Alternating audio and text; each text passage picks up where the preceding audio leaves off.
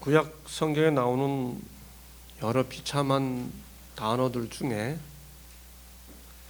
가장 비참한 단어가 있다면 이카봇입니다. 히브리어로 카보드, 영광이라는 이 단어, 문자적 의미는 무겁다는 뜻이죠. 카보드는 아예 카보드 세알러지라는 표현이 붙을 만큼 실제로 카보드 세알러지라는 박사학위 논문이 있습니다.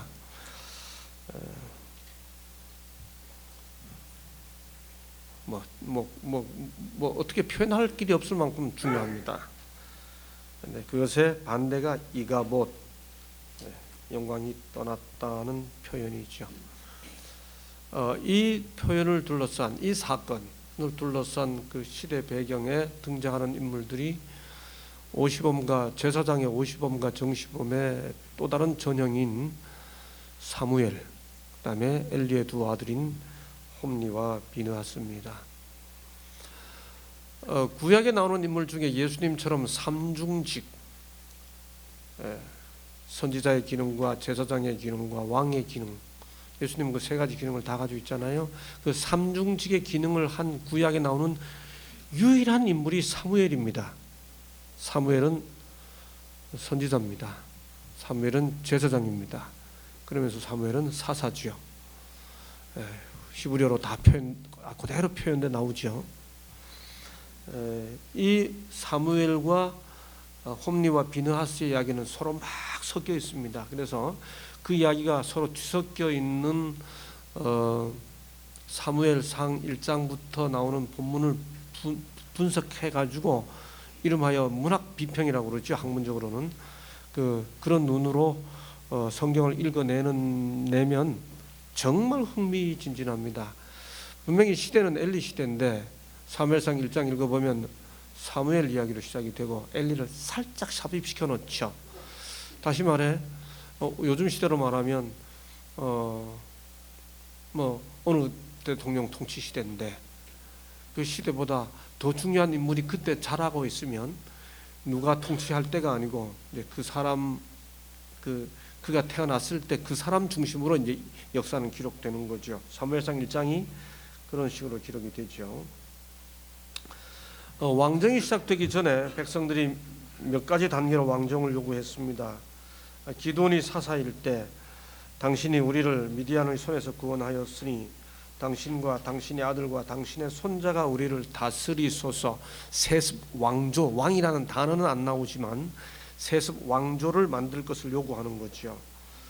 기드온이 대답하죠. 내가 너희를 다스리지 아니하겠고 나의 아들도 너희를 다스리지 아니하리니 이는 여호와께서 너희를 다스리라. 고대 근동의 정치 개념, 신정 정치 개념에 있어서 이스라엘과 나머지 주변 국가들이 완전히 다른 게 하나 있죠.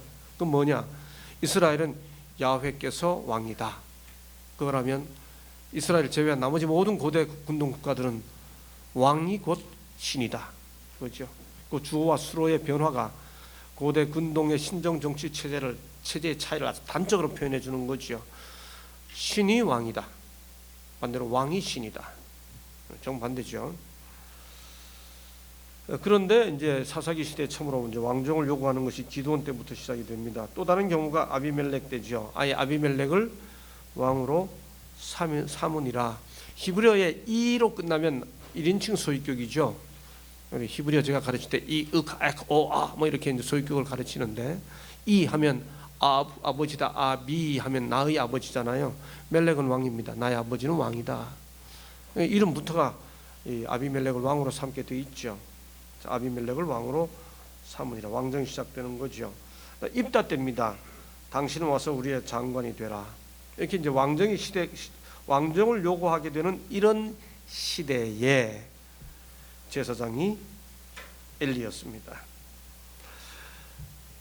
사무엘상 2장 12절에 보면 이 엘리의 아들들 홈리와 비느하스를 소개하면서 엘리의 아들들은 불량자라 이렇게 번역해 놓았습니다.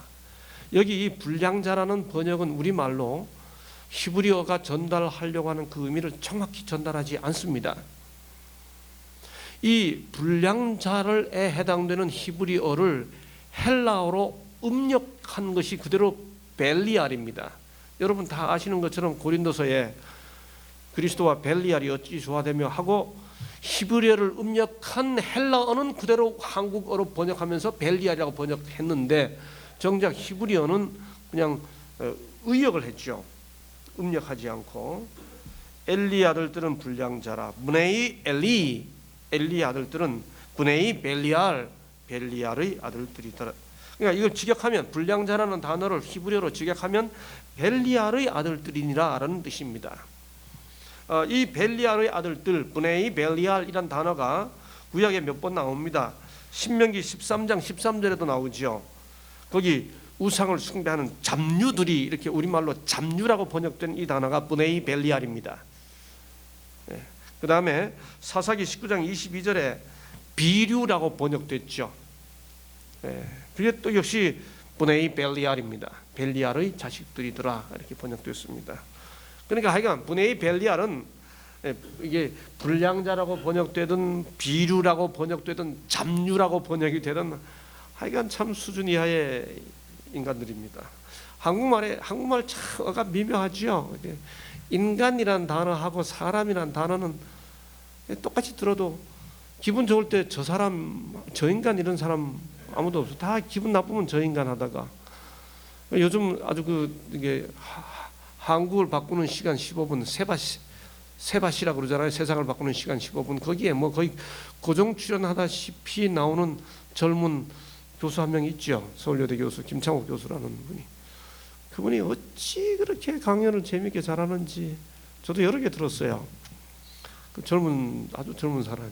근데 그 자기 부모님 이야기하면서 나는 우리 아버지 이름이 인간인 줄 알았습니다.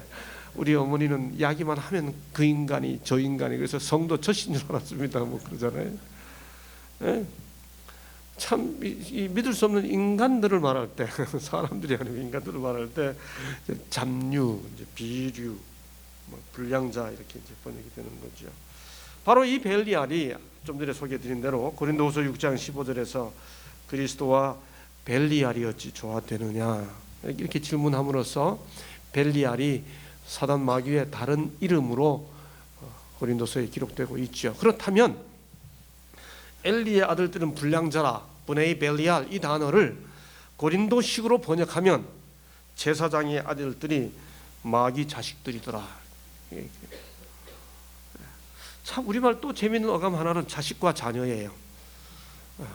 하나님의 자식들 아무도 그렇게 안 합니다. 하나님의 자녀들 이렇게. 마귀는 꼭 마귀 자녀들 안 하고 마귀 자식들 이렇게 하잖아요. 마귀 자식들이더라. 제사장의 아들들이, 이 말이 안 되는 말이 표현이죠. 사무엘상 2장 12절 엘리의 아들들, 제사장의 아들들이 마귀 자식들이더라. 이 말에서부터 참 재미있는데요. 그 다음 구절에 우리말 번역, 제가 기가 막힌 번역이라고 생각하는 구절입니다. 여호와를 알지 아니하더라. 와, 이건 정말 번역이 영감적이에요. 여러분, 이게 모르더라는 단어가 있는 언어가 많지 않습니다. 독일어, 영어, 불어, 라틴 계통의 거의 모든 언어들은 알지 아니하더라고 이렇게 안다는 말을 do not know지. 구태여 ignorant라는 단어가 있을지 모르겠습니다. 근데 다 이게 알다를 부정하는 것이지 우리처럼 모르더라가 아니에요. 근데 우리 한국말에 모르더라와 알지 아니하더라는 의미가 다르죠. 법적 책임을 물을 때도 그가 인지하지 못했다는 모르더라는 것은 면책 사유가 됩니다. 그런데 알지 아니하더라는 것은 면책 사유가 되지 않습니다. 이게 왜 역자들이 그걸 생각하고 이렇게 번역했는지, 여호와를 모르더라 이렇게 번역하지 않고 여호와를 알지 아니하더라 이렇게 주어의 행동자의 의지를 실어서 알기를 거부한 것처럼 이렇게 번역해 놓은 것이 생각하고 이렇게 번역했는지 생각 안 하고 번역했는지 제가 모르겠습니다만 여하튼 이 번역은 굉장히 의미가 있습니다. 무슨 뜻이에요? 제사장의 아들들이 여호와를 모를 수가 없다고 하는 개념을 전제하는 것이죠. 그러니까 이 사람들이 여호와를 모를 수 없기 때문에 여호와 알기를 거부한 것은 그야말로 알지 아니하더라고 번역해야 이 뜻이 통하는 겁니다. 제대로 아주 제대로 번역한 경우지요. 거기 엘리의 두 아들 홈리와 비느하스가 여호와의 제사장으로 거기 있었더라 하고 12절 뒤에 이야기합니다. 이게 무슨 뜻이에요? 여호와를 모를 수 없는 사람들이, 모를 수 없는 인간들이 거기 제사장으로 있더라, 그 뜻입니다. 그러니 그들은 여호와를 알기를 거절하더라, 이렇게 번역한 것이죠. 말 그대로 여호와 알기를 거절한 것입니다. 그들이 어떤 죄를 범했나요? 우리가 잘 아는 대로 제물을 강탈했죠. 곧 아무 사람이 제사를 드리고 그 고기를 삶을 때에 제사장의 사원이 손에 세 살 갈고리를 가지고 와서 그것으로 찔러 넣어서 갈고리에 걸려 나오는 것은 제사장이 자기 것으로 취하되, 그야말로 제물을 취하는 것입니다.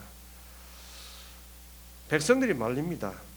그 사람이 이르기를 반드시 먼저 기름을 태운 후에 내 마음에 원하는 대로 취하라 하면 그가 말하기를 아니라 지금 내게 내라. 그렇지 아니하면 내가 억지로 빼앗으리라 하였더니, 제사장이라는 지위가 가지고 오는 권력으로, 힘으로 백성들의 마음을 지배하고 더 나아가 강제하고 있는 제사장의 모습을 보게 됩니다. 하나님께서 부여해 주신 존경이고 하나님께서 부여해 주신 집인데, 우리도 모르게 어떤 일을 하게 되면서 하나님의 일을 섬기게 되면서 사람들을 지배하는 권력에 취하게 되는 거지요.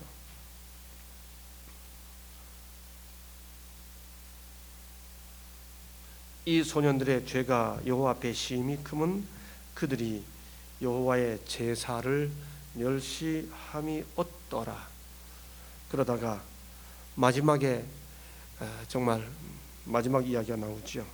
회막문에서 수종드는 여인과 동침하였더라. 이게 그 당시 홈리와 비느하스가 범하던 죄였습니다.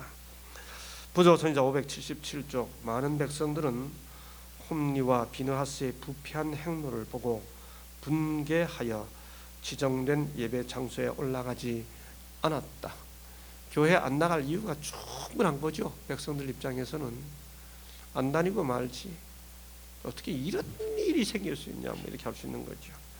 그리하여 하나님께서 제정하신 예배는 악인들의 죄로 인하여 멸시와 무시를 당하였다.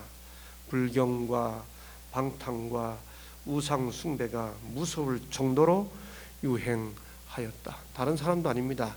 엘리의 두 아들들이 그런 짓을 한 거죠. 최고 영향력을 가진 지도자의 자녀들이 다시 같은 성업에 동참해서 이런 짓거리를 이제 한 것입니다. 엘리는 자녀 교육에 실패했죠. 죄를 방임했습니다. 죄 방임의 죄죠. 엘리가 모르지 않았을까요? 홈리와 비느하스가 그런 짓을 하고 있는 것을. 사무엘상 3장 13절은 그의 아는 죄악을 인함이니, 엘리가 알았습니다. 이는 그가 자기 아들들이 저주를 자청하되 금하지 아니하였음이니라, 이렇게 말합니다. 엘리가 알고 있었습니다. 나중에 책망하죠. 너희가 어찌하여 이런 일을 하느냐? 내가 너희의 악행을 이 모든 백성에게 듣노라. 얼마 전에 제가 우리 딸한테 전화를 했습니다. 이런저런 공부를 하다 보니 내가 참 애비로서 참 그 아이의 성장 과정에서 제대로 못했구나 싶은 생각이 들어서, 이제 요즘 손자가 태어나니까 제가 뭐 완전히 손자한테 우리 형님들인 전한봉 목사님이나 뭐 이런 분들이 뭐 손자 나가지고 초기 화면에다가 손자 사진 넣어가지고 자꾸 이렇게 들여다보고 이러면, 아이고 좋아하면 됐지 뭐 저 정도로 하시나. 요즘에 뭐 돈 10,000원씩 내고 손자 자랑한다 그러잖아요. 근데 제가 손자 딱 태어나니까 일주일 만에 화면이 바뀌고, 바닥 화면이 바뀌고, 요즘도 이렇게 시간 나면 열어가지고 우리 손자 웃는 거 들여다보게 되고, 참 그게 왜 그렇게 되는지를 모르겠어요. 저도 모르게. 내가 우리 아이들을 내가 이렇게 사랑했나 하는 생각이 이제 드는 거예요. 이제 우리 선배님들은 다 겪으신 일이죠. 그러면서 딸에게 아주 대단히 미안한 생각이 들어가지고, 성희야, 아빠 때문에 힘들었지? 내가 전화해서 그랬습니다. 그랬더니 이 아이가 내가 갑자기 그러니까 이게 이제 어색한 거야. 접수가 안 되는 거예요. 그랬더니 말을 못해, 이 아이가. 그러더니 뭐 누구나 다 그렇죠, 그런 거죠, 뭐 이렇게. 이게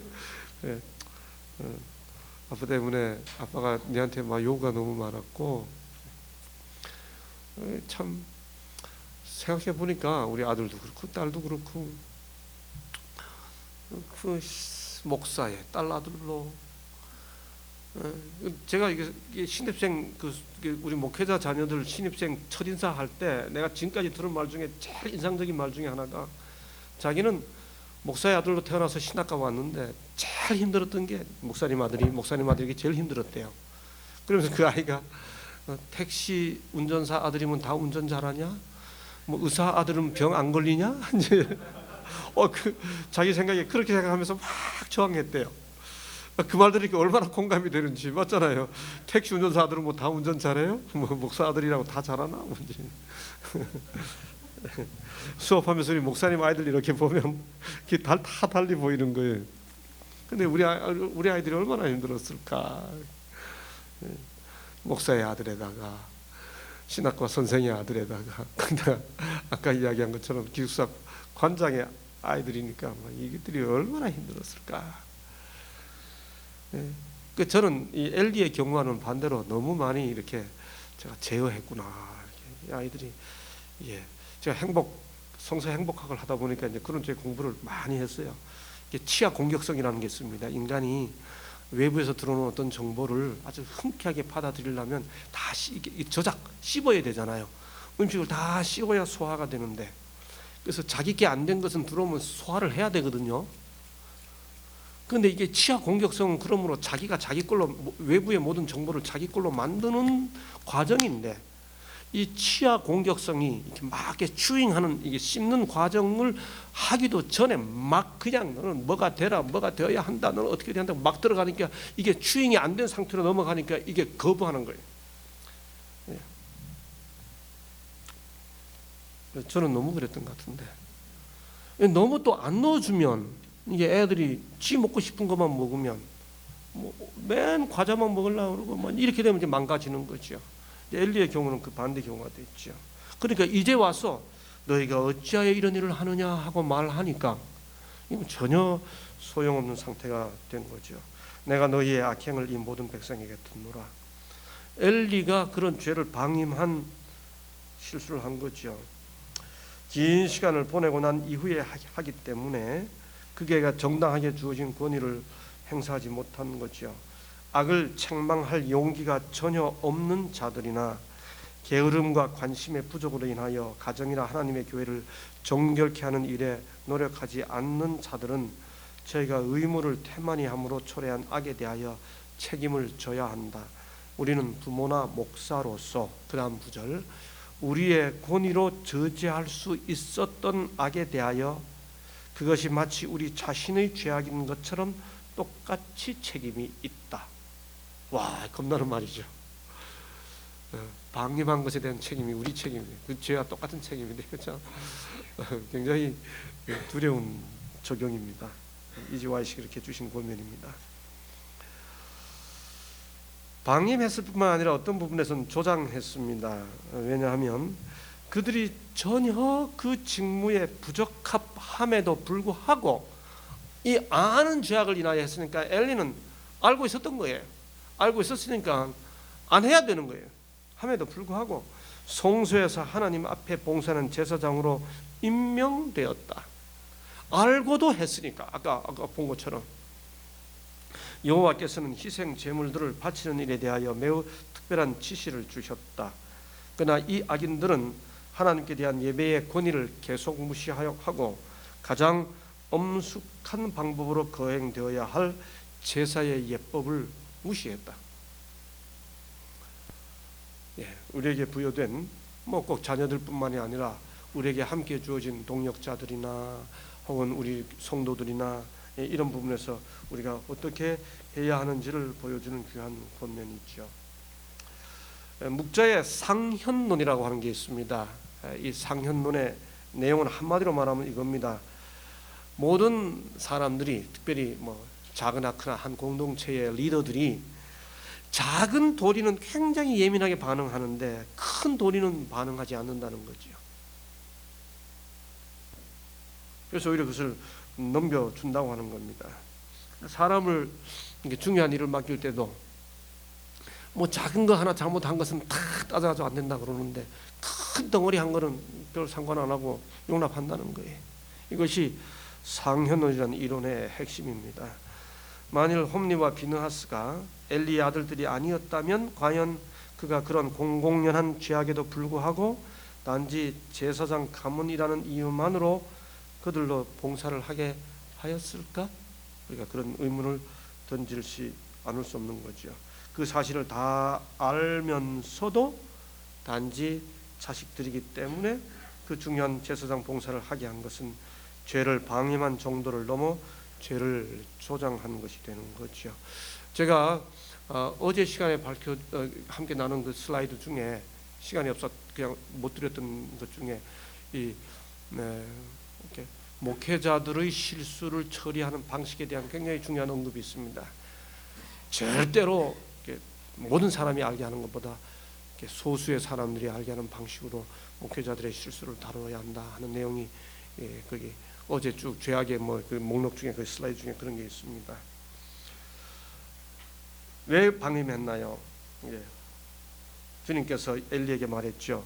너희는 어찌하여 내가 너희 처소에서 명한 나의 재물과 예물을 밟으며 내 아들들을 나보다 더 중히 여겨, 이렇게 했죠. 핵심은 하나님보다 더 사랑한 거죠. 마태복음 10장 37절 참 부담되는 말씀이지요. 아들이나 딸을 나보다 더 사랑하는 자는 내게 합당치 아니하고, 결국 그게 아들과 딸을 사랑하는 길이니까요.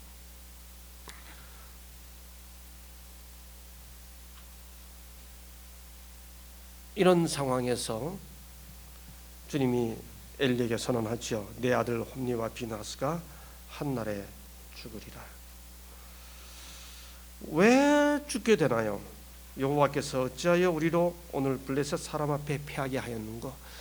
이런 죄악의 결과가 이 홈리와 비느하스가 죽는 것으로 나타나는데, 우리가 이걸 알기 위해 사무엘상 4장 배경을 이해해야 되죠. 블레셋과 전쟁이 붙었습니다. 지자 법궤를 가져오죠. 법궤를 가져와서 그 법궤의 신통력으로 이겨보자고 이야기하죠. 여호와의 궤를 실로에서, 지난 시간 말씀드린 것처럼 이때까지 여호수아 18장 1절에서 실로에 안치되고 예레미야 5장에서 말하는 대로 나의 첫 초소라고 하는 대로 법궤가 실로에 있었죠. 이스라엘 백성들이 실로에서 법궤를 옮겨오자고 말합니다. 법궤의 신통력으로 한번 전쟁을 이겨보자고 하는 마음뿐이었죠. 결과는 법궤의 신통력으로 이긴 것이 아니라 법궤가 들어오자 블레셋 사람들을 오히려 긴장시켜서 정신 차리고 싸우자 이렇게 만들어 놓는 바람에 법궤를 빼앗기죠. 하나님의 궤는 빼앗겼고 엘리의 두 아들 홈리와 비느하스는 죽임을 당하였더라. 이렇게 해서 두 아들이 죽습니다. 두 아들이 죽게 되는 그 사실, 이때 이들이 가져왔던 그 법궤를 가져온 동기에 대해서 PP는 이렇게 말하죠. 그들이 법궤를 하나님과 관련시키지도 않고 당신의 율법을 순종함으로 당신께서 나타내신 뜻을 존중하지도 않으면서 다만 그것을 바라보고만 있을 때에는 그 법궤가 그들에게 보통 괴짝보다 더 유용한 것이 아무것도 없었다. 굉장히 중요한 진술입니다. 우리가 아무리 십자가를 이야기해도 우리가 십자가와 함께 하나님을 관련시키지 않으면 십자가는 나무 막대기 외에 아무것도 아닌 거죠.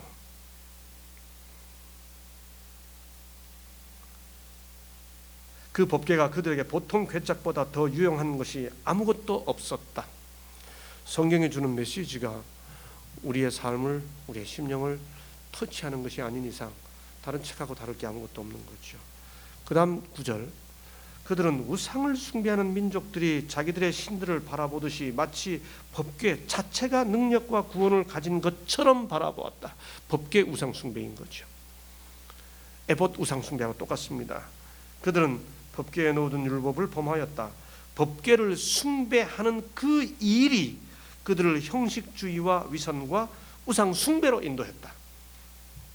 굉장히 중요한 진술인 거죠. 우리의 모든 성직 봉사가 뭐라 그러나요? 아주 본질적 의미와 연결되는 것이 끊겨지는 순간 우리들은 그 자체를 숭배하는 우상 숭배에 빠질 수 있다고 하는 그런 역사들이 나타났죠. 여러분, 광야에서 놋뱀을 쳐다보고 다 살았죠. 이 놋뱀을 언제까지 숭배했나요? 열왕기하 18장에 보면 히스기야의 대개혁 때 깨뜨려 가지고 이건 뭐냐? 이게 느후수단이다. 느후수단이라는 말이 무슨 뜻이죠? 놋조각이에요. 여러분, 그 놋뱀 쳐다보고 살아났으니 그 놋뱀 얼마나 중요했겠어요. 그러니까 백성들이 그 놋뱀을 그 왕정 시대까지 가지고 있으면서 놋뱀이 상징하는 바는 아무것도 안 가지고 놋뱀 자체를 숭배해 버린 거예요. 본질이 빠져나간 거죠. 껍데기만 남았죠. 우리나라 이 운동권 역사에서 껍데기는 가라 하는 유명한 시 있죠. 그야말로 껍데기 가야 됩니다. 놋뱀을 숭배해 버렸습니다. 사사기 시대에 또 무슨 일이 있었나요? 에봇 숭배했잖아요. 기드온 때 음란하게 섬기더라.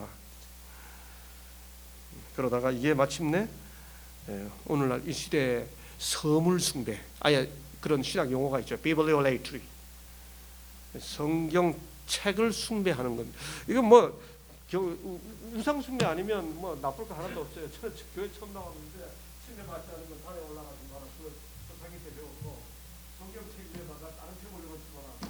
지금도 저는 초창기 배운 게 아니 뒤에 상이 돼가지고 성경 책 위에 뭐 올려놓는 게 뭐 용납 잘 안 돼. 성경 책이 뒤집어 놔. 그리고 저절로 그렇게 했는데 참이 위에다 성경 올려놓으면 하나님이 복준다 이렇게 한 번씩 올라가는 거죠. 성경을 하나 읽지도 않으면서 어떤 분들 중에요, 우리 장로님들 중에 정말 그런 분들 계세요. 단상에 올라갔는데 뭐 기도할 때 어떤 형식으로 무릎 꿇지 않으면 막 하나님이 복 안 주시는 것처럼 뭐 이렇게 생각하고 또 이렇게 특별히 미국 가면요, 거기 다 카펫, 여기도 지금 카펫과 구두 신고 올라갔잖아요. 멀쩡히 행복한 교회가 카펫 깔고 난 다음에 거기 신발 신고 구두 신고 단에 올라가야 되느냐 말아야 되느냐 이거 가지고 막 교회가 막 난리가 나죠. 그렇죠? 본질은 다 생략한 채 그거 가지고 막 머리가 깨지도록 다투고 싸우고. 그렇죠? 한때 우리 대학교에도 카펫 깔아가지고 거기 구두 신고 올라가야 되냐 말아야 되냐 굉장히 제가 교목할 때 아주 예민한 시절이 있었습니다. 예. 하나님의 기회를 말할 때 엘리가 자기 의자에서 자빠져 문 곁에서 목이 부러져 죽었으니 우리가 레위기, 민수기, 신명기, 역대기에 나와 있는 제사장 나이 규례를 보면 세 가지 다른 때가 있어요. 20살에서 50살까지, 25살에서 50살까지, 30살에서 50살까지 시작하는 나이가 차이가 있어요. 왜 그렇게 차이가 있을까요? 제사장이 갑자기 부족하거나 할 때는 나이 차이를 늘렸다가 높였다가 제사장이 많을 때는 좀 내리고 뭐 이렇게 그 상황에 따라 탄력적으로 운영하는데 끝나는 나이는 다 50이에요. 근데 예외가 있습니다. 사무엘은 어릴 때부터 제사장 했죠. 그죠? 에봇을 입었잖아요. 엘리는 90살인데 제사장하고 있죠. 여기. 근데 하여간 법궤를 뺏겠다는 말 듣자 목이 부러져 죽습니다. 엘리는 제사장이니까 고기 많이 먹었습니다. 옛날 제사장 고기 저절로 먹어야 되니까 몸이 비둔해졌죠. 뭐 저처럼 마라톤도 안 했을 거고 그러니까 얼마나 몸이 뚱뚱했겠습니까? 자꾸 저보고 왜 이렇게 살이 빠졌냐고 염려들 해주시는데요. 빠진 게 아니고요, 빼는 겁니다. 제가 아주 관리를 잘 하고 있습니다. 예, 지금도 제 아내가요 운동장 3바퀴도 못 걸었어요. 근데 지금 하프로 벌써 몇 번 뛰었습니다. 일주일에 지금도 그 둔내 얼마나 좋은지 몰라요. 거기서 차 안 다니는 그 도로 이렇게 난 길, 이번에 올림픽 하면서 이렇게 옛날 길 가로질러서 이렇게 만드는 바람에 차 안 다니는 길들 나오는 그런 데 가가지고 두세 번만 왕복하면 한 10km, 20km 나오거든요. 일주일에 한 두세 번씩 뛰고 나면 막 제가 우리 하 회장님 마라톤 한다고 그럴 때 하지 마라. 그 활성산소 나와 늙는다. 막 말렸는데 저 양반 지금 전혀 안 하고 제가 하고 있습니다. 예, 이야기 빗나가지 않겠습니다. 다시 돌아오겠습니다. 네, 제가 설교가 아니고 강의이기 때문에 아주 편안한 마음으로 말씀드립니다. 지난 올림픽 개막식 하던 날 그 일요일 날 너무 추워가지고 야외 스키 경기 다 취소되는 강풍이 불어서 거의 영하 20도, 25도 체감 온도 올 때 둔내교회 우리 유 목사님과 함께 거의 15명 가까운 우리 멤버들이 알몬 마라톤 대회 했어요. 저는 그때 10km, 5km 있었는데 우통복과 칼로 배를 계속 치는 것 같은 그 강풍을 뚫고 알몬 마라톤 완주하고 제 지금까지 기록 중에서 제일 좋은 기록으로 10km 52분인가. 네. 우리 박 목사님 제가 10km를 52분 뛰었습니다. 예. 엘리는 비둔해져가지고 샥을 받으니까 그대로 넘어져서 목이 부러져서 죽은 거죠. 이때 아들 이름을 지으면서 이가봇이라고 지었죠. 아까 말씀드린 대로 이스라엘은 그들의 수요가 아무리 적어도 그들의 힘이 아무리 약해도 가보드가 있는 순간 희망이 있었고 힘이 있었습니다. 그러므로 그들은 어떤 순간에도 이가봇을 상상할 수가 없었습니다. 여러분, 하나님과 관계된 것이 완전히 끝났다는 말을 한마디 히브리어로 표현하면 그게 이가봇입니다. 이가봇은 성경 전체에 기록되어 있는 표현 중에 가장 비참한 단어입니다. 그런데 이가봇의 순간이 왔죠. 두 제사장의 타락이 이런 결과를 몰고 왔습니다. 여러분, 그런데 사무엘상 1장부터 4장에 기록되어 있는 이 엘리의 이야기를 읽을 때 이렇게만 읽으면 사무엘서를 기록해 놓은 본문의 의도를 잘못 읽은 것입니다. 서두에 강의를 시작하면서 사무엘서를 읽을 때는 사무엘상을 읽을 때 사무엘상 1장을 읽어보면 분명히 그 시대는 엘리 시대입니다.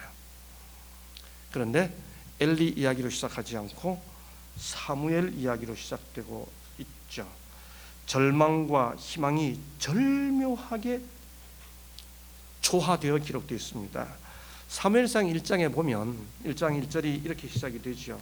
목사님들 같이 한번 여러분 목사님들 성경 직접 한번 봐주시겠어요?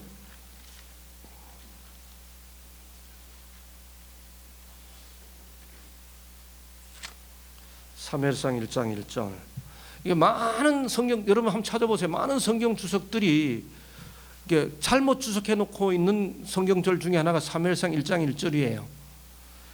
에브라임 산지, 역시 또 에브라임 산지로 시작하죠. 에브라임 산지 라마나임 소빔에 에브라임 사람 엘가나라 하는 자가 있으니, 이게 에브라임 사람, 엘가나의 아들이 사무엘이고 사무엘이 제사장이 됐는데 에브라임 지파에서 제사장 나왔네? 바로 이렇게 나가죠. 네, 아니죠. 네. 우리가 역대기를 살펴보게 되면 엘가나는 레위 지파죠. 에브라임 레위 지파로서 여기 에브라임 사람이란 말은 지파를 가리키는 말이 아니고 사는 주소를 가리키는 말입니다. 레위 지파 엘가나가 에브라임에 살고 있을 때 이런 뜻입니다. 꽤 많은 주석들이 여전히 에브라임 지파라고 번역하고 있는 걸 지난주에도 확인했습니다. 있으니 그는 누구의 아들이요 누구의 아들이요 쭉 이렇게 가다가 2절에 그에게 두 아내가 있으니 하고 이 엘가나에게 아들 없다가 그 아들 없는 한나 이야기가 나오고 한나에게 자식이 없다는 말을 먼저 해놓고 그 다음에 3절에 보세요. 그 3절에 뭐라고 무슨 구절이 딱 나오는가 하면 만군의 여호와께 경배하며 제사를 드렸는데 엘리의 두 아들 홈리와 비느하스가 여호와의 제사장으로 거기 있었더라 하고 한나에게 자식이 없다. 그 사무엘 출생 기사를 이야기하는 중에 3절에 뜬금없이 엘리와 비느하스가 거기 있더라, 이렇게 삽입시켜놨습니다. 소위 우리가 소설을 말할 때 앞으로 발생될 이야기의 정보를 미리 줄 때 복선이라고 그러죠. 여기 복선처럼 엘리의 이 아들 이야기를 깔아놓고 있습니다. 이후 이 사무엘상 본문의 그 구성을 살펴보면 이 사무엘 기사와 엘리 기사를 아주 절묘하게 섞어놓고 있습니다. 아주 섬세한 직물처럼 짜놓고 있죠. 한나에게 자식이 없더라. 엘리의 두 아들이 제사장으로 있더라. 그 다음에 그 아이는 제사장 엘리 앞에서 여호와를 섬기니라 하고 사무엘 이야기를 쓰고 난 다음에 그 다음에 11절 12절에 엘리의 아들들은 불량자라 여호와를 알지 아니하더라 이렇게 써놨고, 다시 이 소년들의 죄가 여호와 앞에 심히 크면 그들이 여호와의 제사를 멸시하였음이 더 어떠라가 나온 바로 직후에 다시 사무엘이 어렸을 때 세마포 에봇을 입고 여호와 앞에 섬겼더라. 절망과 희망의 이야기를 계속해서 이렇게 섞어서 기록해주고 있습니다. 그 다음에 또 보면 사무엘이 어렸을 때에 세마포 에봇을 입고 여호와 앞에 섬겼더라. 조금 전에 말씀드린 대로 제사장 봉사 시작 나이는 규례가 정하고 있습니다. 아무리 내려가도 20살입니다. 그런데 사무엘은 20살도 안 됐을 때입니다. 이때가 히브리 언어의 의미가 그렇죠. 그래서 부조와 선지자 573쪽은 뭐라고 설명했는가 하면 사무엘은 이 법의 예외가 되었다. 저는 이런 설명 볼 때 자지러져요. 이게 성경에 나오는 모든 정보를 총동원해서 그야말로 성서신학을 제대로 해야 알 수 있을 만한 설명들이, 그 다음에 무슨 해석 기법들을 다 공부한 다음에 알 수 있는 설명들이 그렇게 쉬운 표현으로 나와 있는 거예요. 이 법은 예외가 되었다. 예외지요. 무슨 말인가요? 시대가 비상하기 때문에 비상 조치가 시행된 거죠. 사람을 부르시고 시대를 바꾸기 위하여 사람을 준비하시는 하나님의 섭리를 읽어내야 하는 겁니다. 어렸을 때에 하다가 그 다음에 사무엘상 2장에 계속 3번이나 반복되는 굉장히 중요한 표현이 하나 있습니다.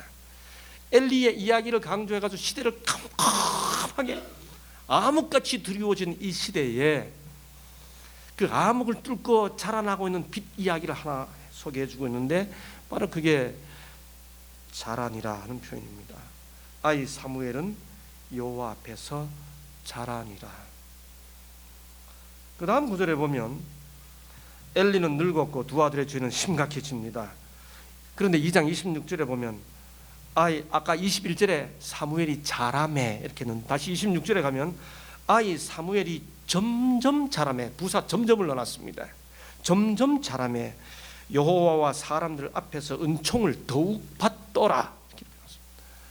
다시 말해 시대가 어두워지고 캄캄해질수록 한 아이의 성장을 우리 독자들로 하여금, 이 사무엘서를 읽는 독자들로 하여금 기다리게 만들어 놓고 있는 저자의 기법을 엿볼 수 있는 것이죠. 우리는 성경 본문을 읽으면서 이런 영감의 의도를 이제 읽어내야 하는 것이죠. 마침내 사무엘상 3장에 이릅니다. 거기 다시 사무엘이 자랐다는 말이 나오는데 이때는 다 자라매입니다.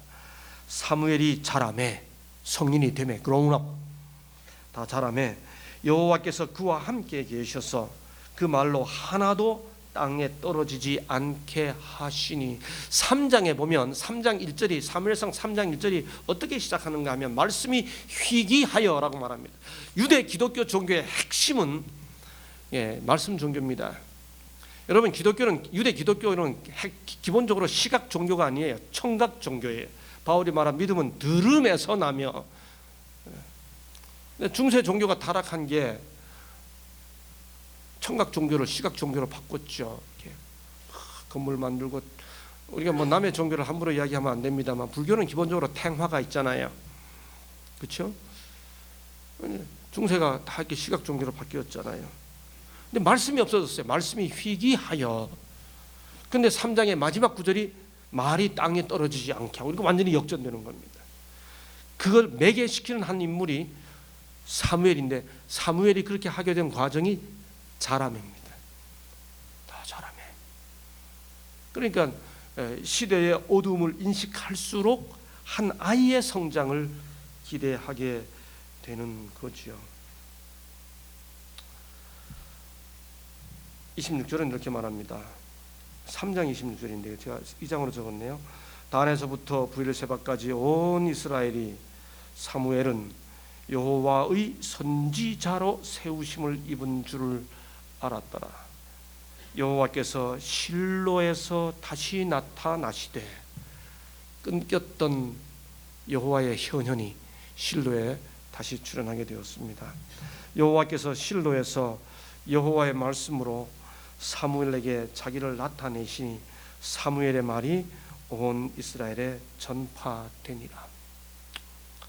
여러분, 이 3장 이후에 4장에서 이가봇이 생기고 5장을 거쳐 6장에서 봉사 시작하다가 7장에 가면 사무엘이 돌을 세우고 에벤에셀이라고 제사를 지냈죠. 에벤에셀을 그냥 우리가 단순하게 여기까지 인도하시느라라고 읽을 내용이 아닙니다. 조금만 생각해 보면 지금까지 말씀드렸던 내용을 하나의 도표로 요약했습니다.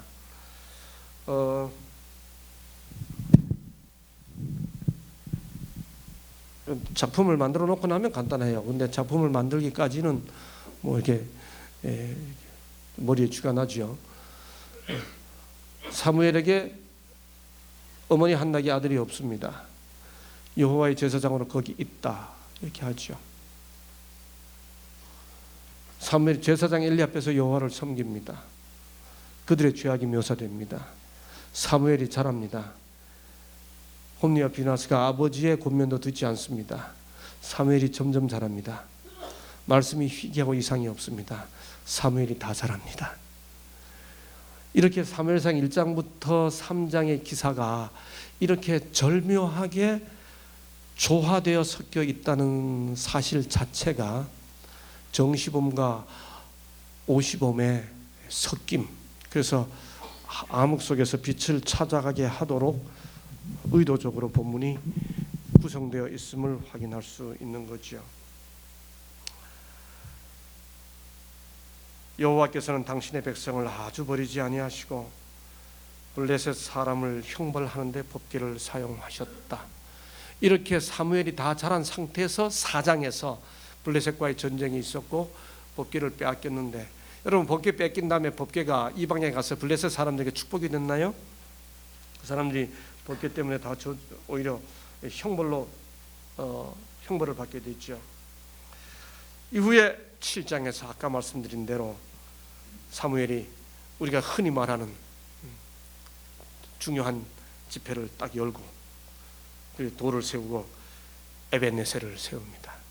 여러분, 여기 에벤에셀 7장 12절 여호와께서 여기까지 우리를 도우셨다 이렇게 말하는 이 구절, 우리는 전후 배경 다 생략하고 이 구절만 딱 빼가지고 하나님이 여기까지 우리를 도우신다 늘 이렇게 말하기 좋아하는데, 지금까지 설명드린 내용을 다 종합하고 에벤에셀을 이해해야 합니다. 무슨 뜻이에요? 여러분, 이 시대는 에벤에셀의 시대가 아닙니다. 다시 말해 여호와께서 그들을 도우신 시대가 아니에요. 이가봇 시대입니다. 영광을 빼앗긴 시대예요.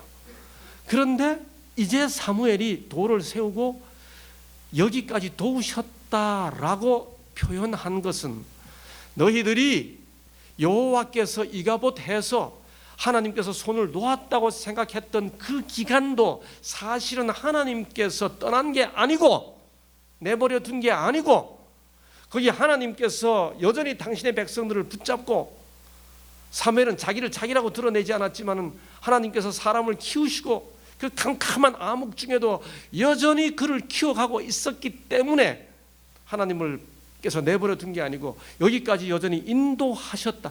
가장 어두운 시기로 보이는 이가봇의 시대도 사실은 하나님께서 여전히 붙들고 계셨다는 에벤에셀의 시대라고 역설해버리는 이야기가, 그게 에벤에셀의 의미입니다.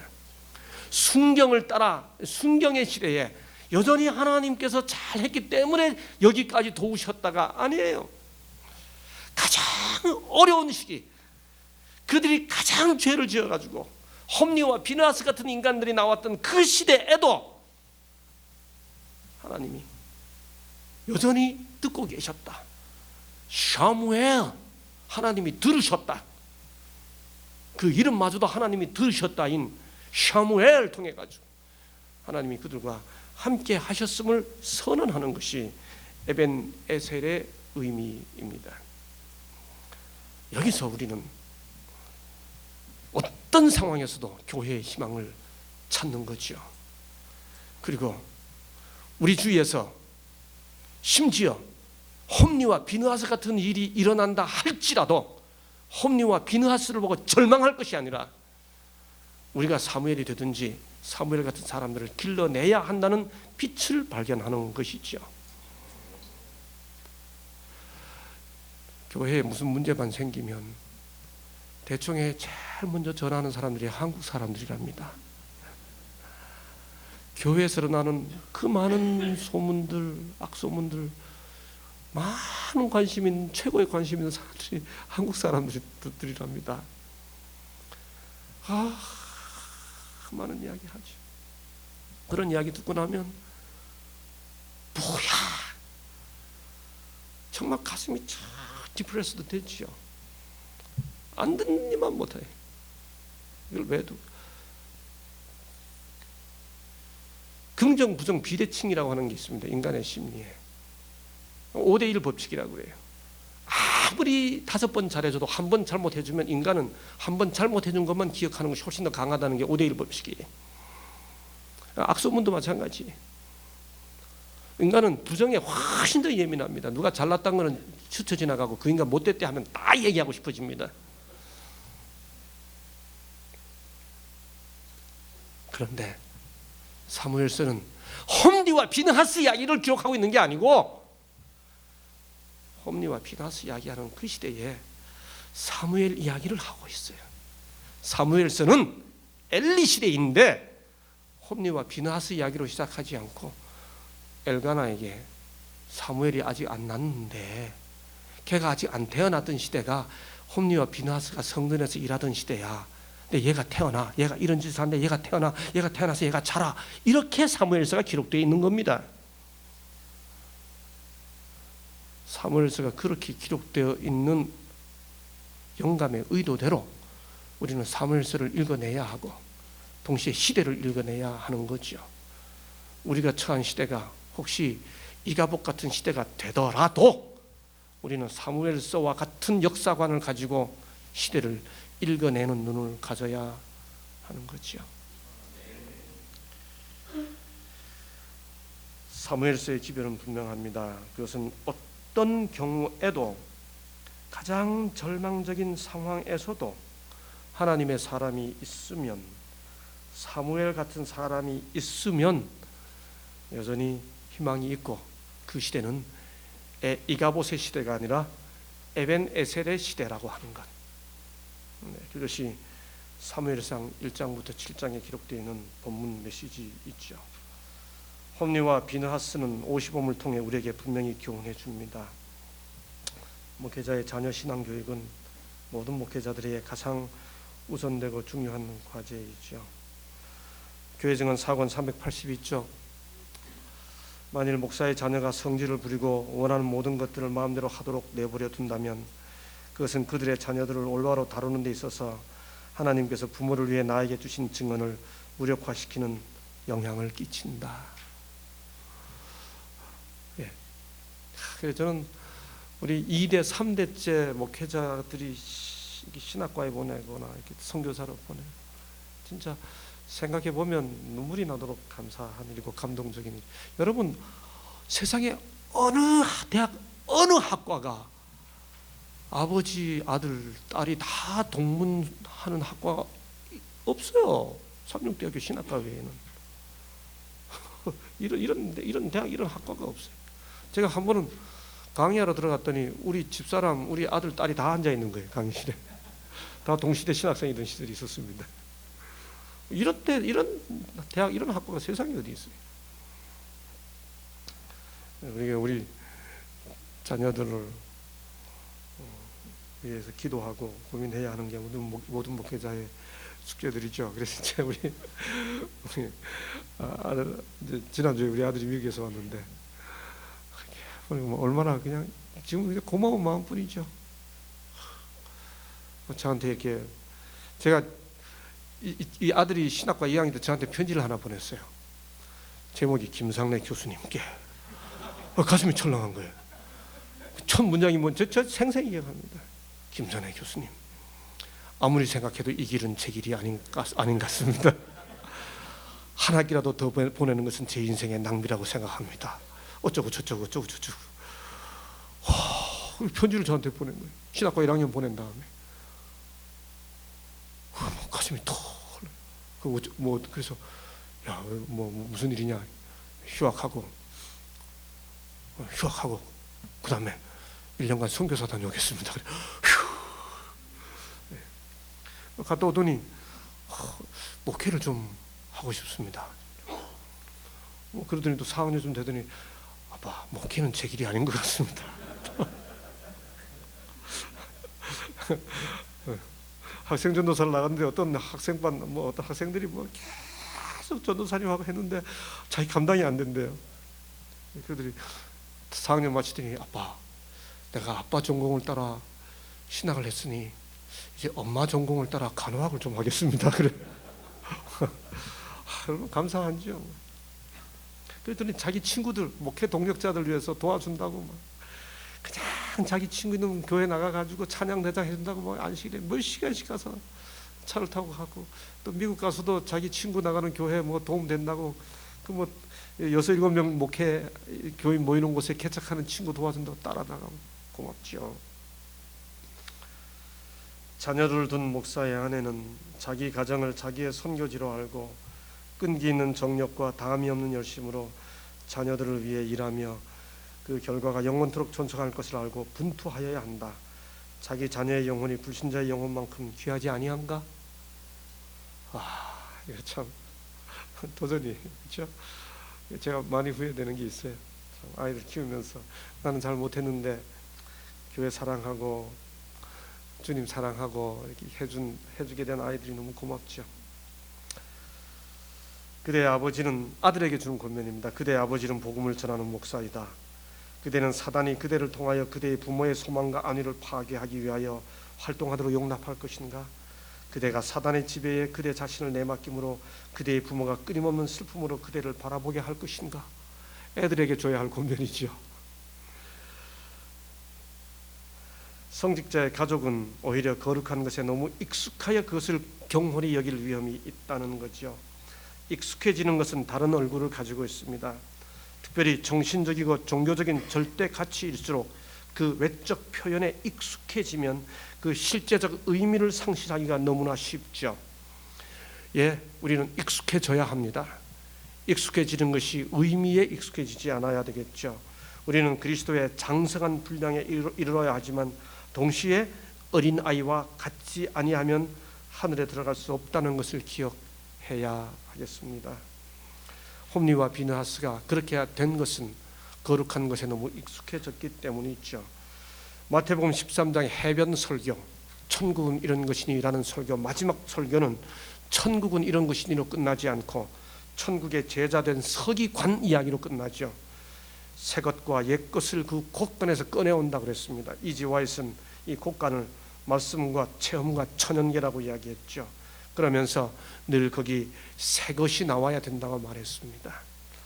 거짓말이 아니고요, 과장하는 말이 아니고, 제가 우리 학생들에게, 제가 여기 오니까 자꾸 여기가 강의실인지 살렘관인지 자꾸 이렇게 혼돈이 될 만큼 이렇게 선생의식이 제게서 떠나지 않는데요, 우리 학생들에게 제가 끊임없이 강조하는 것, 제가 또 고백하듯이 이야기하는 것, 우리 목사님들도 이미 다 그러시죠.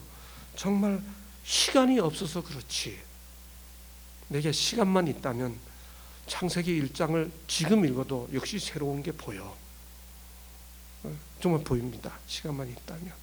그렇게 새 것이 끊임없이 나와야 되는 거죠. 우리 경험 속에서, 천연계를 보는 눈에서, 기록된 말씀 속에서 그것이 익숙해진 것의 위험을 극복하고 빠지지 않는 비결인 거죠. 사람을 기르는 것이 얼마나 중요한지 다시 한번 깨닫습니다.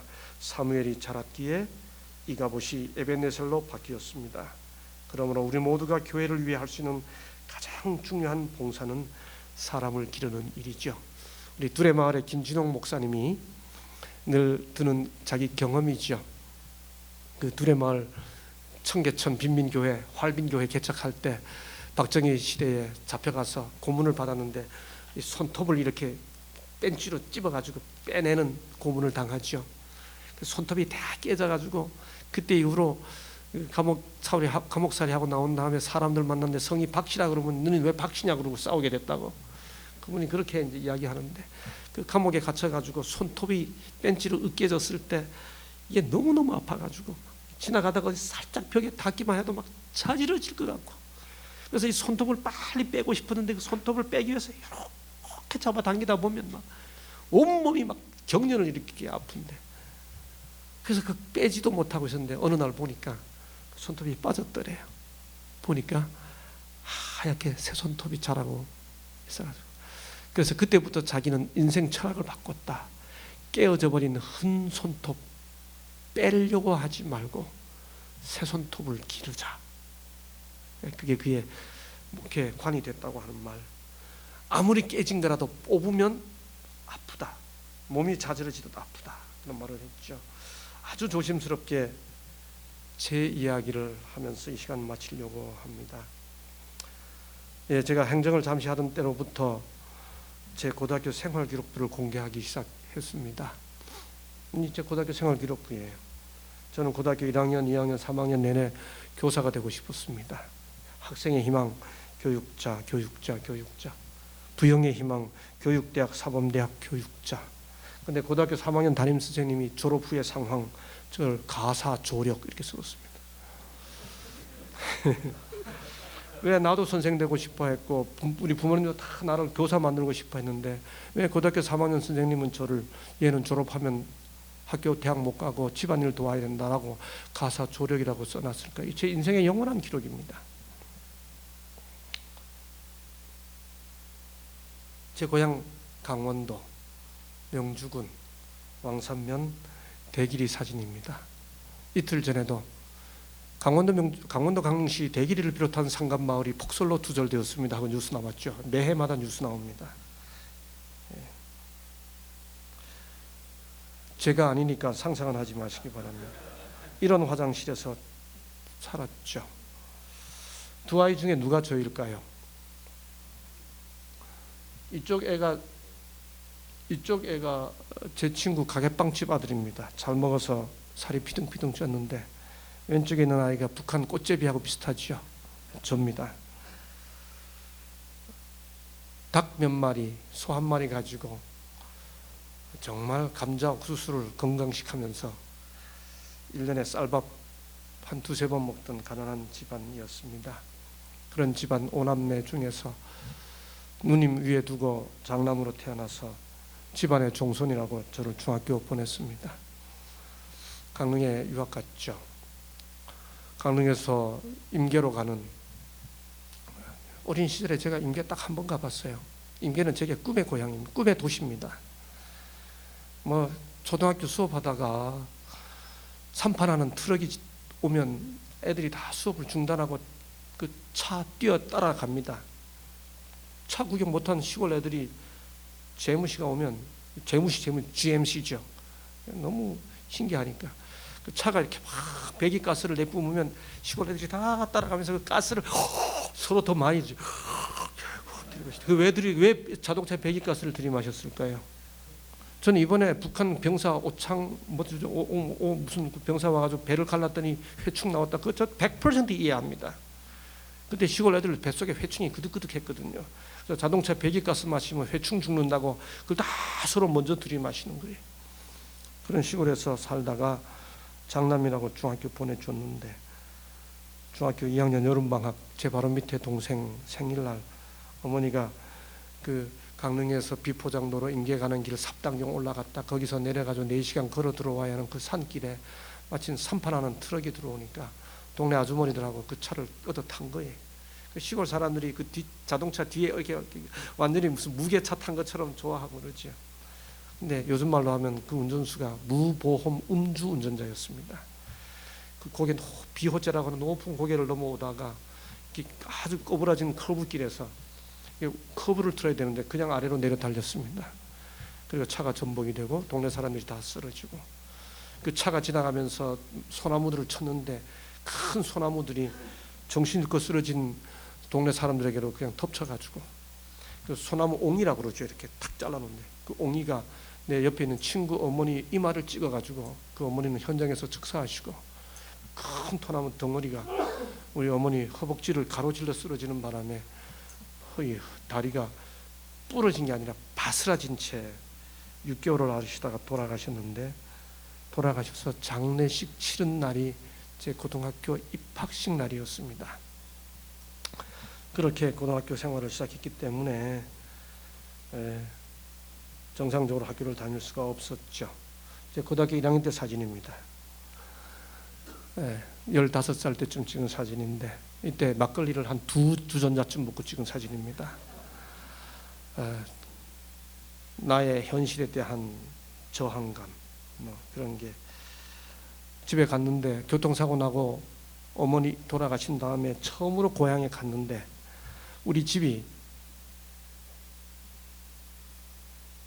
제가 정서적인 사람이라 그 장면을 생각하면 제가 이렇게 약간 좀 북받치는 게 있습니다. 우리 집이 이게 다 이렇게, 우리가 살던 그 집이 꾀나무가 있고, 자두나무죠. 꾀나무가 있고 사과나무 있고, 이런 그 집이 다 부서지고 이렇게 돌들이 이렇게 막 이렇게 돼 있는 그걸 보고 나니까, 그게 내가 본 무너진 우리 집 마지막 장면인데 너무 속이 상한 거예요. 그래가지고 동네 가게집에 가가지고 막걸리, 그때는 사업돌이 뭐 이렇게 이홉돌이 이렇게 할 때인데 사가지고 쉬운 말로 병나발을 불었습니다. 그리고 친척 동생하고 둘이 그렇게 하고는 동생 뭐 찍어달라는 사진이었죠. 체육복 겉에 있고 그 안에 교련복 있고 그 안에 또 뭐 이상한 옷 입고, 그리고 찍어오는 사진입니다. 이대로 내 인생이 계속되었더라면 어떻게 될 뻔했을까. 그런데 이렇게 1년을 보낸 고등학교 2학년이 되었을 때 이제 교회를 나가게 됐죠. 뭐 여러 사연이 있습니다만, 여러 과정이 있습니다만, 우리 누님이 어머니 교통사고 때문에 우리 누님이 먼저 교회를 나가게 됐고, 우리 여러 해전 그 일가족, 참 비참한 일가족 사건이 있었던 우리 그 김매옥 할머니라고, 우리 그 최영규 목사님 그 가족들 있죠. 그 사건 때 돌아가신 그 최 목사님의 그 장인어른, 그다음에 그 장인어른의 어머니, 그 처할머니시죠. 그 할머니가 우리 누님을 교회에 인도했고, 또 그다음에 이사를 갔는데 어떻게 그 누님과 같은 교회를 다니는 분이 있는 교회를 가게 돼서 고이대 교회를 나가게 됐습니다. 교회를 나가 보니까 같은 반 친구가 있더라고요. 다른 학교지만 같은 학년 친구가 이제 이경우 목사가 있었고, 다른 학교지만 저보다 한 학년 위에 박나경 목사님이 있었고, 또 같은 나이지만 한 학년 아래 우리 김석수 목사님이 또 있고, 친구들이 또 교회를 다니고 있더라고요. 그런 상황에서 교회를 다녔는데 1학년 때는 개근했어요. 2학년 때는 교회를 다니면서도 우리 친구들이 잘 몰랐을 거예요. 전혀 그 당시에는 교회를 다니면서도 학교 등록금을 못 내니까 등교 정지를 받았죠. 가정사정 가로치고 교납금 체납으로 인한 결석, 등교 정지를 맞았죠. 3학년 때, 그 밑에 3학년 때 가정사정 가로치고 교납금으로 인한 등교 정지로 결석 일수가 많음. 그래서 2학년 3학년 때 다 등교 정지를 받아가지고 고등학교를 졸업할 수가 없었어요. 근데 나가보니까 이 친구들이 다 삼육대학 간대요. 내가 무슨 믿음이 있겠어요. 교회 처음 나갔는데 친구들이 뭐 다 삼육대학 간다고 그러니까, 삼육대학이란 말도 처음 듣는데, 그때 우리 친구들의 그 면면이 참 다들 개성이 뚜렷했습니다. 우리 이경우 목사님은 그때부터 성경 잘 가르쳤습니다. 우리 김석수 목사님은 그때부터 삼육 중고등학교 성경 교과서를 갖다가 혼자 공부하면서 성경 실력이 가득 차가지고 감히 범접하지 못할 거룩한 이게 사람들하고 말도 잘 섞지 않고 그 두려운 눈빛으로 이렇게 탁 이렇게 손을 보였죠.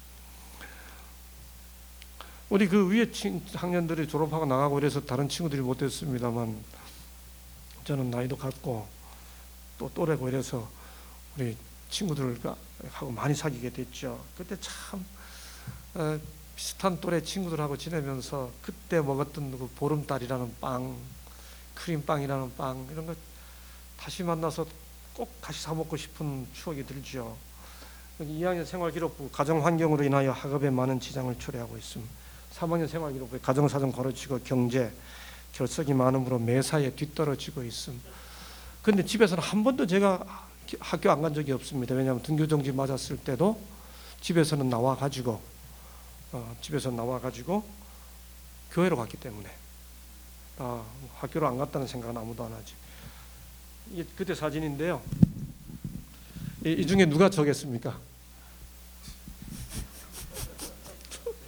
이 중에 얘가 접니다. 얘가 저고요. 이 중에 누가 합회장님, 우리 합회장이시겠어요? 경건합니다. 예. 표정 보세요. 경건하잖아요. 범접하지 못할 이유. 예. 누가 이경우 목사님이시겠어요? 네, 여기 있습니다. 우리 박나경 목사님이시고, 우리 김석수 목사님이시고. 여러분 강릉 가면 오봉댐이라는 데를 지나죠. 예. 그 오봉댐이 댐으로 수몰되기 전에 거기 함께 가서 찍은 사진입니다. 선생님은 가사 조력이라고 썼는데 정말 하나님 은혜로 삼육동에 왔습니다. 한 나흘 줄 굶었던 어느 날 심태섭 목사님의 막내 동생이었던 심진섭 집사님이 비료란다 밀가루 반푸대를 가지고 우리 집에 오셔가지고 그때 해줬던 말을 제가 평생 잊지 못합니다. 우리 누님을 부르면서 수기야, 어떤 경우에도 교회 잘 다녀라. 네가 잘 다녀야 상내가 교회를 계속 다니지. 상내야, 무슨 일이었어도 교회 다니거라. 그러면 고등학교 졸업할 수 있다. 아니, 대학 갈 수도 있을 거야. 그리고 교회 잘 다니면 유학도 갈 거야. 세월이 많이 지난 다음에 생각해 보니 제가 고등학교 졸업했고 대학도 갔고 유학도 갔다 왔습니다. 그때 그 집사님 말씀대로 감사하지요. 예, 신학교 왔고 아내도 만났고 이렇게 졸업도 하고, 대학원 졸업할 때 한신대학교 총장이 와서 제게 무슨 논문상 주는 장면입니다. 이후에 유학 가서 제일 왼편에 데이비드 클라인스 교수가 작년 재작년 연세대학교에서 SBL 있을 때 다시 만나서 찍은 사진입니다. 요새 데이비드 클라인스 쳐보면 나올 겁니다. 그분의 어떤 활동을 하는지. 제 아래쪽은 우리 교회가 자랑하는 라론데일 교수님이 있죠. 우리 2006년 목회자 성경대회, 전국 목회자 성경대회 할 때 제가 통역을 한 장면입니다. 가운데는 조지 나이 교수와 함께 페루에서 남미 그 교육자 대회 있을 때 함께 집회하고 난 다음에 찍은 사진들입니다. 예, 하나님께서 아주 조심스럽게 말씀드립니다. 제 이야기를. 하나님께서 강원도 저 시골에서 고등학교를 졸업할 수 없는 상황에 있던 저를 교회로 불러주셔서 이런저런 과정을 겪게 하시고 교회를 섬기도록 해주셨습니다. 순식간에 시대가 바뀌고 어느덧 제가 환갑에 이르렀습니다. 지금 인턴 나오신 목사님들, 우리 신학생들, 순식간에 그들의 시대가 될 터인데 오늘 이미 20년, 30년이 지난 우리 세대에 혹시 어두운 이야기가 들리더라도 잘 알아주십시오. 그래서 훗날 역사가 기록될 때 혹 어두운 시대라도 누가 잘하니라 라는 말 때문에 홈리와 비느하스의 이야기가 덮여질 수 있는 이 갑옷이 에벤에셀로 바뀌 바뀔 수 있는 시대가 되도록 우리도 자라고 누군가를 또 키워나가는 공동체가 되었으면 좋겠습니다. 그런 말이 있잖아요. 가장 훌륭한 사람은 다른 사람보다 더 나은 사람이 아니라 어제의 자신보다 더 나은 사람이 가장 훌륭한 사람이다. 우리 모두가 각자 그렇게 자라니라, 점점 자라니라, 다 자라니라. 그래서 마침내 말씀이 희귀하던 시대를 끝내고 온 말씀이 단에서부터 브엘세바까지 여호와의 말씀이 충만하더라 라고 하는 시대가 되도록 우리 스스로를 키워나가고 공동체를 키워나가는 우리 모두가 되기를 바라는 마음으로 제 소박한 이야기도 끄집어서 자기 노출을 했습니다. 주의 은혜가 우리 모든 동역자들과 함께하기를 간절히 바랍니다. 기도하겠습니다. 아버지 하나님, 홈리와 비느하스의 50엄을 덮어버린 사무엘의 성장 희망이 오늘 우리 공동체의 빛이 되고 우리의 고백과 간증과 경험이 되도록 우리 심령들을 지켜 주시옵소서. 어떤 상황, 어떤 처지에 처하든 자라기를 멈추고 변화하기를 멈추는 사람들이 되지 아니하도록 성령께서 우리 심령을 주장해 주시옵소서. 예수님 이름으로 간절히 기도하옵나이다. 아멘.